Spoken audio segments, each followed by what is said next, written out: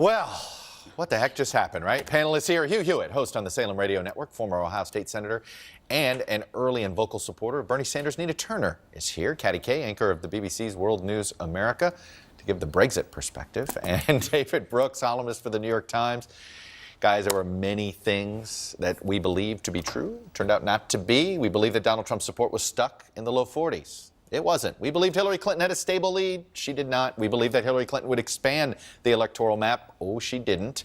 And we believed President Obama's coalition was transferable to Clinton. Clearly it wasn't. And we believed that Clinton's successful convention and debates would matter. They did not. There's a lot more. David Brooks, Trump win, Hillary lose. What happened? Well, it is a good week for humility for pundits. I think the 21st century happened, basically. That this century started on 9/11, and basically it's been a century of counter-reaction to globalization and the meritocracy. And a good century for 72 nations have gotten more authoritarian. We've had Brexit. We have Le Pen rising in France. We've just got a lot of these types all around the world. And the people who are suffering from globalization and the meritocracy are saying, no more. You know, we get a voice too. And so for those of us who believe in it, there has to be a movement that says we still believe in trade, we still believe in international engagement for America, but for those losers or those who are suffering, we've got your back. And to me, the crucial moment of the Clinton campaign was when she gave up on the trade deal that she had helped negotiate. Because that said, I don't really believe in what I think I believe in my whole life. I'm about to renounce it in order to win your vote. So it was a character issue. And then she couldn't have affirmative case of what I believe in, the world I believe in, which is a global world, but also a very supportive world. Katty?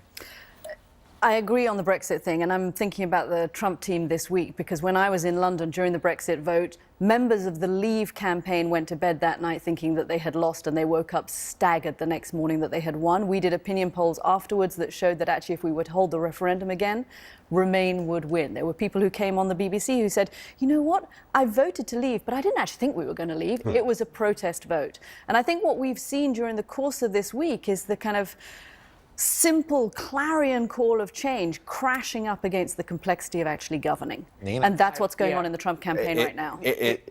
Disruption. I've had a lot of people say if Sanders had been the nominee, it would have been a different story. Do you buy it?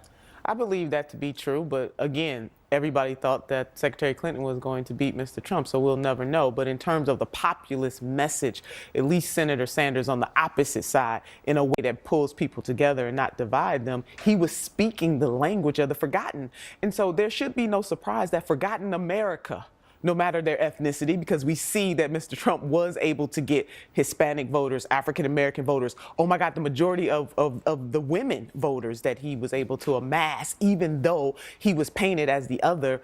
My party, the Democratic Party, did not listen to the voices of the forgotten America. Hugh.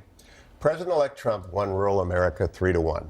He got more African-American votes and Latino votes, according to Pew at least, than Mitt Romney did. It's a political earthquake. Now, I've lived in California for 27 years, and I went through Northridge, which was 6.7, and Big Bear, which was 6.5. People are jittery after it, and they don't want to go back in the building. You don't want to be under an overpass. You don't want to be in the tall building. And so I don't want to get out ahead of understanding all this, but there is a monumental shift that goes back to what David said about a reaction to 9/11, the panic, a post-traumatic stress America that is coming up in these protests now. It is very reminiscent. I'm the only one at the table who can remember 1968. I was in junior high. It's very reminiscent of 1968. I've had a lot of people bring up 68. I want to throw something out here that I thought Maureen Dowd hinted at this morning. She wrote this about Barack Obama and about this whole idea of the lack of cohesion with Clinton. He came away from that elated whoosh in 2008, not comprehending that many voters viewed him as the escape hatch from Clinton, Inc. It never would have occurred to anyone then, even the Clintons, that President Obama would be the one to brush away any aversions and objections, take us by the elbow, and firmly steer us back to Clinton, Inc. Is it possible, Nina, that basically Clinton just screamed status quo, and even Barack Obama didn't see that? Very much so. I mean, this was a disruption election year. This was the anti-insider year. And some Democrats, especially establishment Democrats, took their eye off the ball. Listen, President Obama is amazing in every way, and that's why he won in 2008. In 2016, people wanted something different. They're tired of just talking about the foreign stuff. Nobody was really focusing in on domestic issues, that wealth and income inequality is very high, that people are suffering each and every day, and they wanted something different. And I think in terms of the whole Bernie or bust notion, some folks meant that.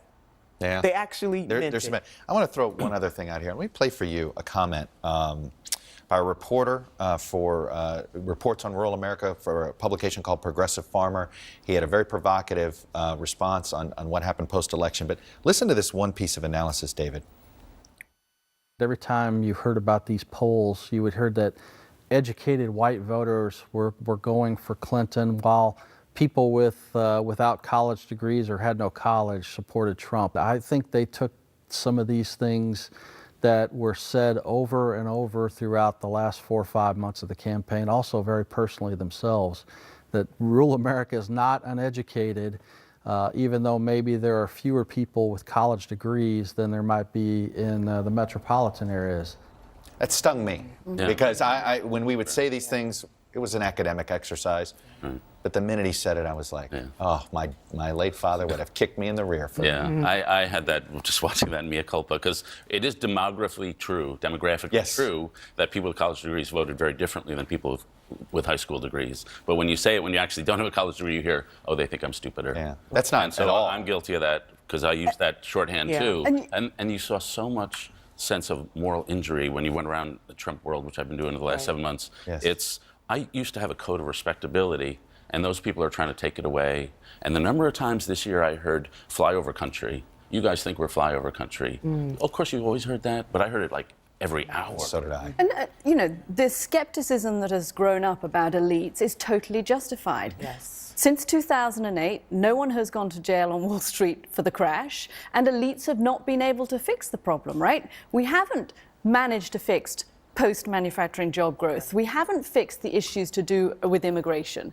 And policymakers have plainly failed, both here in the United States and in Europe as well, people who have suffered because of that. And when they say, throw out economists, we don't trust economists anymore, you can totally understand why. This is very important because Donald Trump actually won a lot of people. We got to give the president-elect his due. He was a tractor beam for the disappointed. He said to the people who are disappointed with the president on Obamacare, come to me. He said to the people who are disappointed with trade, come to me. He said to the people who are disappointed with the Supreme Court, come to me. And he did run a campaign of bringing in the disappointed, and to the people who may be disappointed with their own lives and where they are. And they have a person to speak for them. All right, I'm going to take a pause here. How should the Democrats dig out of their deep hole? Move in the Sanders-Warren direction, or try to reconnect with rural and working class America? The man who Sanders and Warren want to run the Democratic Party, Congressman Keith Ellison, joins me next. But as we go to break, here's a little lighter moment here. Here's what SNL did last night, their version of a Clinton watch party from Tuesday night. It's the urban counties. They're so black people vote late. Yeah, let's hope there's 100,000 of us in Green Bay. You know, brothers love the Packers.